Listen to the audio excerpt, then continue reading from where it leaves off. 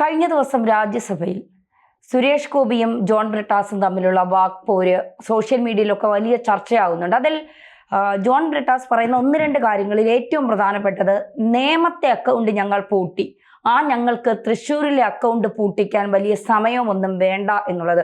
തൃശ്ശൂരിൽ സുരേഷ് ഗോപി 70,000-ന് മുകളിൽ വോട്ടോട് കൂടിയാണ് ജയിച്ചത്. ന്യൂനപക്ഷങ്ങളൊക്കെ സുരേഷ് ഗോപിക്ക് ഒപ്പം നിന്നാണ് സുരേഷ് ഗോപിയെ ജയിപ്പിച്ചതെന്ന് എല്ലാവർക്കും അറിയാം. അപ്പോൾ നിങ്ങൾ ജയിക്കില്ല, നിങ്ങളുടെ അക്കൗണ്ടുകൾ ഞങ്ങൾ പൂട്ടിക്കൊണ്ടിരിക്കുകയാണ് എന്നുള്ളൊരു സന്ദേശമാണ് ബ്രിട്ടാസ് BJPക്ക് നൽകുന്നത്. അങ്ങനെയല്ല, ഒരു നല്ലൊരു കച്ചവടക്കാരൻ്റെ വാക്കുകൾ ഉപയോഗിച്ചു എന്ന് മാത്രം വിചാരിച്ചാൽ മതി.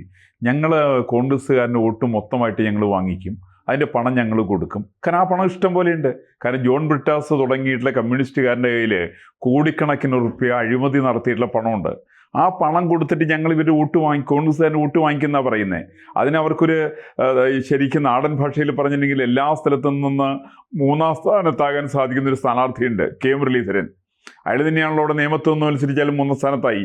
അയാളുടെ വോട്ടുകൾ കോൺഗ്രസ്സുകാരുടെ വോട്ടുകളും കമ്മ്യൂണിസ്റ്റ് പാർട്ടിക്ക് കൊടുത്ത് സമാനമായിട്ടുള്ള രീതിയിലാണ് അയാളെ ഇത്തവണയും അയാളെ വീണ്ടും തൃശ്ശൂർ കൊണ്ട് നിർത്തിയിട്ട് അയാൾ പരിശ്രമം നടത്തി, പരാജയപ്പെട്ടു പോയി.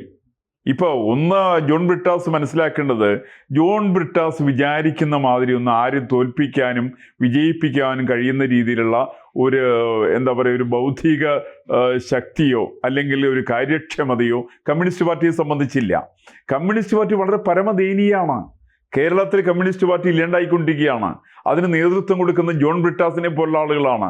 ജോൺ ബ്രിട്ടാസ് വലിയ വായിൽ സംസാരിച്ചു എന്ന് വിചാരിച്ചിട്ട് ഒരു കാര്യമില്ല. അന്ന് സുരേഷ് ഗോപി ചോദിച്ച ചില ചോദ്യങ്ങളുണ്ടല്ലോ, ഇദ്ദേഹം പറഞ്ഞ പ്രധാനപ്പെട്ട പ്രശ്നം എന്താ? എമ്പുരാന്റെ പ്രശ്നം പറഞ്ഞു. എമ്പുരാൻ എന്താ കാരണം പറഞ്ഞത്? ആവിഷ്കാര സ്വാതന്ത്ര്യം, അഭിപ്രായ സ്വാതന്ത്ര്യം, ചലച്ചിത്രകാരന്മാരുടെ സ്വാതന്ത്ര്യം. ഈ സ്വാതന്ത്ര്യത്തെ ഇവിടെ ആരാ ഹനിച്ചത്? ഈ ഇത്തരം സ്വാതന്ത്ര്യങ്ങളെ ഹനിച്ചിട്ടുള്ള പാരമ്പര്യം ജോൺ ബ്രിട്ടാസിന്റെ പാരമ്പര്യമാണ്. അതാണല്ലോ സുരേഷ് ഗോപി പറഞ്ഞത്. എന്ന് മാത്രമല്ല, അദ്ദേഹത്തിന്റെ ചാനലിന്റെ ചെയർമാൻ ആയിരിക്കുന്ന ആള് വളരെ മാന്യനായിട്ടുള്ള ആളാണ് മമ്മൂട്ടി. മമ്മൂട്ടി പറയുന്ന മാന്യനായിരിക്കുന്ന ചെയർമാൻ അടക്കം ഇതിനെ സംബന്ധിച്ച് ഒരു അക്ഷരം പറഞ്ഞിട്ടില്ലല്ലോ. ഏതെല്ലാം പടങ്ങൾ ഇവർ വേണ്ടാന്ന് വെച്ചത്? TP 51 എവിടെയാ പടം? അതിൻ്റെ സംവിധായകൻ കിടന്ന് കരയാണ്. അതിന് നിർമ്മാതാവ് ജീവിക്കാൻ നിവൃത്തിയില്ല, അത് നെട്ടോട്ടോടുകയാണ്. ആ പടം കളിക്കാൻ വേണ്ടി കമ്മ്യൂണിസ്റ്റ് പാർട്ടി സമ്മതിച്ചില്ല. അവിടെ അവർ കണ്ണൂർ ജില്ലയിൽ സമ്മതിച്ചില്ല, കേരളത്തിൽ ഒരു സ്ഥലത്ത് സമ്മതിച്ചില്ല. അതിനു വേണ്ടിയിട്ട് നേരിട്ട് ഇടപെട്ടത് കേരളത്തിന്റെ മുഖ്യമന്ത്രിയാണെന്നുള്ള വിവരം അതിൻ്റെ സംവിധായകനും നിർമ്മാതാവും പറഞ്ഞിട്ടുണ്ടല്ലോ. അവർ കൃത്യമായിട്ട് മൊയ്തുക്കെ വളരെ കൃത്യമായിട്ട് അതിനെ കുറിച്ചിട്ട് പത്രക്കാരോട് സംസാരിച്ചിട്ടുണ്ട്. ഇത് കേരള മുഖ്യമന്ത്രിയുടെ ഓഫീസിൽ നിന്നുള്ള നിർദ്ദേശാനുസരണമാണ് ഞങ്ങൾക്ക് അനുവാദം കിട്ടാതിരുന്നത് എന്ന് പറഞ്ഞല്ലോ. അതേപോലെ തന്നെ മറ്റൊരു ചിത്രം ഉണ്ടായിരുന്നു, ലെഫ്റ്റ് റൈറ്റ്. അത് 3 ദിവസക്കാലാണല്ലോ ഓടിയത്, 4-ാം ദിവസം ഓടിയില്ലല്ലോ. എന്താ കാരണം? അത് കമ്മ്യൂണിസ്റ്റ് പാർട്ടിയുടെ ചരിത്രം പറയുന്നതാണ്. കമ്മ്യൂണിസ്റ്റ് പാർട്ടിയുടെ ചരിത്രത്തെ കുറിക്കുന്ന ഒരു രചനയും, അത് ചലച്ചിത്രാവിഷ്കാരമായിക്കൊള്ളട്ടെ, പുസ്തകമായിക്കൊള്ളട്ടെ, ഈ സാധനങ്ങളൊന്നും വെളിച്ചത്ത് വരില്ല.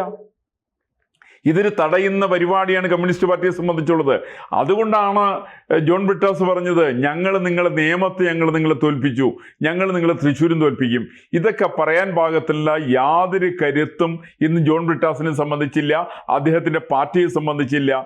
എന്ന് മാത്രമല്ല, ഞാൻ മനസ്സിലാക്കുന്നത് തൃശ്ശൂർ വീണ്ടും വളരെ ശക്തമായ രീതിയിൽ സുരേഷ് ഗോപിക്ക് തിരിച്ചു വരാൻ വേണ്ടി സാധിക്കും. അവിടുത്തെ അന്തരീക്ഷം അങ്ങനെയാണ്. കാരണം ഒരു മന്ത്രി എന്ന നിലയിലേക്ക് സുരേഷ് ഗോപി ചെയ്തുകൊണ്ടിരിക്കുന്ന കാര്യങ്ങൾ ജനപ്രിയമായിരിക്കുന്ന കാര്യങ്ങളാണ് ചെയ്തുകൊണ്ടിരിക്കുന്നത്. ഇവരെന്താ ചെയ്തുകൊണ്ടിരിക്കുന്നത്? ഇവരുടെ ഏത് MLA ആണ്, ഏത് മന്ത്രിയാണ്, ഇവിടെ ഏത് MP ആണ് പണിയെടുക്കുന്നത്? ജനങ്ങൾക്ക് വേണ്ടി ചെയ്യുന്ന ഒരു MLAയുടെ പേര് ഇവർ പറയട്ടെ, ഒരു മന്ത്രിയുടെ പേര് ഇവർ പറയട്ടെ, ഒരു MP-യുടെ പേര് ഇവർ പറയട്ടെ. അവരെല്ലാവരും ജനവിരുദ്ധമായിരിക്കുന്ന കാര്യങ്ങളാണ് ചെയ്തുകൊണ്ടിരിക്കുന്നത്. ഇതങ്ങനെയല്ല. കാരണം സുരേഷ് ഗോപി ചെയ്തുകൊണ്ടിരിക്കുന്നത് വളരെ കൃത്യമായിട്ട് ജനങ്ങൾക്ക് വേണ്ടിയിട്ടാണ്. അതുകൊണ്ടാണല്ലോ അദ്ദേഹത്തിൻ്റെ ഭാഷയുടെ ഏറ്റവും ദൃഢതയാർന്ന പദപ്രയോഗം നടത്താൻ സാധിക്കുന്നത്. അദ്ദേഹത്തിന് ആത്മവിശ്വാസമുണ്ട്. ഇത് ജോൺ ബ്രിട്ടാസിനില്ല.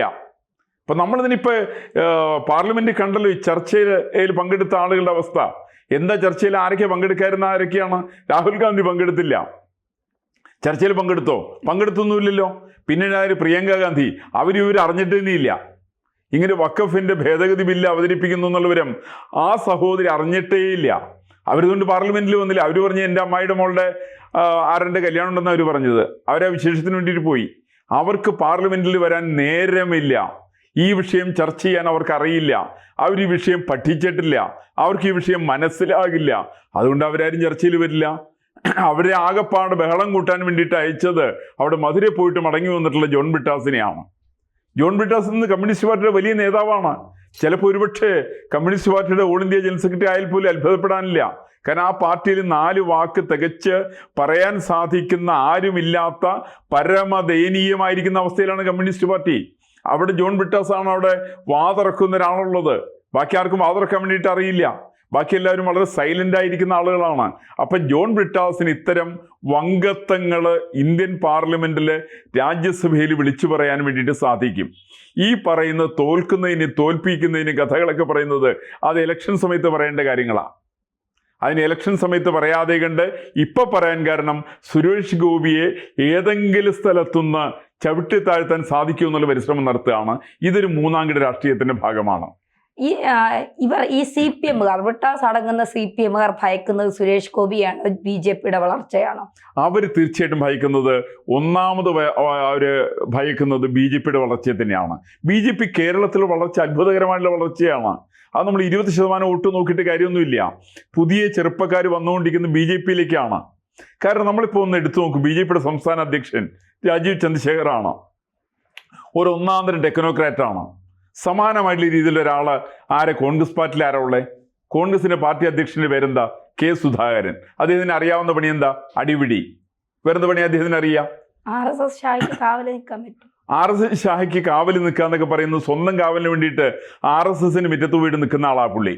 RSS ഷായ്ക്ക് ഈ പുള്ളിയുടെ കാവലിന് ഒന്നും ആവശ്യമില്ല. RSSന് കരുത്തുണ്ട്. മറിച്ച് ഇങ്ങേരെ ആരെങ്കിലും തല്ലിക്കൊല്ലാതിരിക്കാൻ വേണ്ടിയിട്ട് RSSന്റെ പടിവാതിക്കൽ പോയി കിടന്നിട്ട് ഞാനും RSSകാരും ഒന്നാണെന്ന് പറയാനുള്ള ശ്രമത്തിലാണ് സുധാകരൻ. അല്ലാതെ കണ്ട് സുധാകരന് യാതൊരു കഴിവും സുധാകരനെ സംബന്ധിച്ചില്ല. കമ്മ്യൂണിസ്റ്റ് പാർട്ടിയുടെ നേതാവാരാ? MV ഗോവിന്ദ മാഷാണ്. ഗോവിന്ദ മാഷ് എവിടെയാ മാഷ്? എത്ര ദിവസം മാഷായിരുന്നു? 2 മാസക്കാലം അല്ലേ? ഒരു മാഷും അല്ലല്ലോ പുള്ളി. സാക്ഷാൽ MV ഗോവിന്ദൻ എന്ന് പറയുന്ന ആള് അറിയാവുന്ന പണി എന്താണ്? പറയാവുന്ന പണി മാർക്സിസ്റ്റ് തത്വശാസ്ത്രത്തെക്കുറിച്ച് പറയുന്നതാണ്. അദ്ദേഹത്തിന് മാർക്സിസത്തെക്കുറിച്ച് അറിയില്ല. അദ്ദേഹത്തിന് കമ്മ്യൂണിസത്തെക്കുറിച്ച് അറിയില്ല. കേരളത്തിന്റെ ചരിത്രം അദ്ദേഹത്തിന് നിശ്ചയമില്ല. അദ്ദേഹം എന്തെങ്കിലും മണ്ടത്തരങ്ങൾ ഇടയ്ക്കിടയ്ക്ക് വിളിച്ചു പറയുന്നു എന്നുള്ളതല്ലാതെ കണ്ട് കേരള രാഷ്ട്രീയത്തിൽ യാതൊരു പ്രസക്തിയും ഇല്ലാത്ത വ്യക്തിയാണ് MV ഗോവിന്ദ മാഷ്. ഇവർ രണ്ടുപേരും അത്തരത്തിലാണ്. അവിടെയാണ് രാജീവ് ചന്ദ്രശേഖരന്റെ പ്രസക്തി. അതാണ് രാജീവ് ചന്ദ്രശേഖരനെ പോലെയുള്ള വിഷയങ്ങളിൽ പരിജ്ഞാനമുള്ള ഒരു വ്യക്തിത്വം. അദ്ദേഹമാണ് കേരളത്തിൻ്റെ യുവജനങ്ങളുടെ ഐക്കണാണ്. നമ്മൾ മനസ്സിലാക്കണമല്ലോ ഒരു സമയത്ത് എന്തുകൊണ്ടാണ് തിരുവനന്തപുരത്ത് ശശി തരൂർ വിജയിക്കാൻ കാരണം? അവിടുത്തെ ചെറുപ്പക്കാരുടെ വോട്ട് കൊണ്ടാണ്, അവിടുത്തെ സ്ത്രീകളുടെ വോട്ട് കൊണ്ടാണ്. അവർ ശശി തരൂർ എന്ന് പറയുന്ന വിശ്വപൗരനാണെന്ന് ധരിച്ചുകൊണ്ട് അദ്ദേഹത്തിന് വോട്ട് ചെയ്തിട്ടുണ്ട്. ആ തെരഞ്ഞെടുപ്പ് ഇത്തവണ മാറിപ്പോയല്ലോ. രാജീവ് ചന്ദ്രശേഖരൻ ഒന്ന് ഇലക്ഷൻ മത്സരിച്ചപ്പോൾ ആ ഭൂരിപക്ഷം കേവലം 10,000-16,000 വോട്ടായിട്ട് മാറി. ഇതിന് കാരണം രാജീവ് ചന്ദ്രശേഖരന് കേരളത്തിലെ ജനങ്ങൾക്ക് വിശ്വാസമുണ്ട്, കേരളത്തിലെ സ്ത്രീകൾക്ക് വിശ്വാസമുണ്ട്, കേരളത്തിലെ ചെറുപ്പക്കാർക്ക് വിശ്വാസമുണ്ട്. അതിൻ്റെ പേരിൽ സ്വാഭാവികമായിട്ട് BJPക്ക് കേരളത്തിൽ വലിയ സാധ്യതയുണ്ട്. ഈ സാധ്യതയാണ് കമ്മ്യൂണിസ്റ്റ് പാർട്ടി അവർക്ക് ഏറ്റവും കൂടുതൽ ഭയം ശരിക്കതിനാണ്. അവർ മുൻനിർത്തുന്ന ആരെയാണ്? അവർക്ക് ആരെങ്കിലുമൊക്കെ വേണ്ടേപ്പോൾ അത് കമ്മ്യൂണിസ്റ്റ് പാർട്ടിക്ക് ആരെങ്കിലും വേണ്ടേ? ഒരു കാലത്ത് പ്രകാശ് കാരാട്ട് ഉണ്ടായിരുന്നു, അല്ലെങ്കിൽ സീതാറാം യെച്ചൂരി ഉണ്ടായിരുന്നു, അല്ലെങ്കിൽ വേറെ പല ആളുകളും കമ്മ്യൂണിസ്റ്റ് പാർട്ടിക്ക് ഉണ്ടായിരുന്നു. ഇന്ന് ആ തരത്തിൽ ആരുമില്ല. അവരുടെ നാവെന്ന് പറയുന്ന ജോൺ ബ്രിട്ടാസ് ആണ്. അത് അദ്ദേഹത്തെ കൊണ്ടുവന്നത് കൈരളി കൂടി കൊണ്ടുവന്ന് അവിടെ വെച്ച് VS അച്യുതാനന്ദൻ 4 തെറി പറഞ്ഞു. അപ്പോൾ അദ്ദേഹത്തിന് ഏഷ്യാനെറ്റിലേക്ക് മാറ്റി. അതിനുശേഷം അദ്ദേഹത്തെ തിരിച്ചെടുത്ത് കൈരളി കൊണ്ടുവന്ന് അവിടെ നിന്ന് അദ്ദേഹത്തിന് രാജ്യസഭയിലേക്ക് അംഗമാക്കി, മുഖ്യമന്ത്രിയുടെ സെക്രട്ടറി ആക്കി രാജ്യസഭയിലേക്ക് അയച്ചു. ഈ പറയുന്ന കലാപരിപാടി നടത്തുന്നു എന്നുള്ളതല്ലാതെ കണ്ട് അത്യാവശ്യം തലയ്ക്ക് വെളിവുള്ള ആള്, ഒരു വിഷയങ്ങൾ വായിച്ച് പഠിച്ച് മനസ്സിലാക്കാൻ സാധിക്കുന്ന ആളുകൾ അവരിന്ന് കമ്മ്യൂണിസ്റ്റ് പാർട്ടിയിലില്ല. അതുകൊണ്ട് അവർക്ക് ഏതെങ്കിലും ഭാഷയിൽ വിമർശിക്കാൻ സാധിക്കുന്നത് സുരേഷ് ഗോപിയാണ്. കാരണം സുരേഷ് ഗോപി ഇന്ത്യൻ പാർലമെന്റിലേക്ക് ജയിച്ചിട്ടുള്ള ആദ്യത്തെ ഭാരതീയ ജനതാ പാർട്ടിയുടെ അംഗമാണ്. അപ്പം അതിന് സ്വാഭാവികമായിട്ടുള്ളൊരു അസൂയ കമ്മ്യൂണിസ്റ്റുകാരെ സംബന്ധിച്ചുണ്ട്.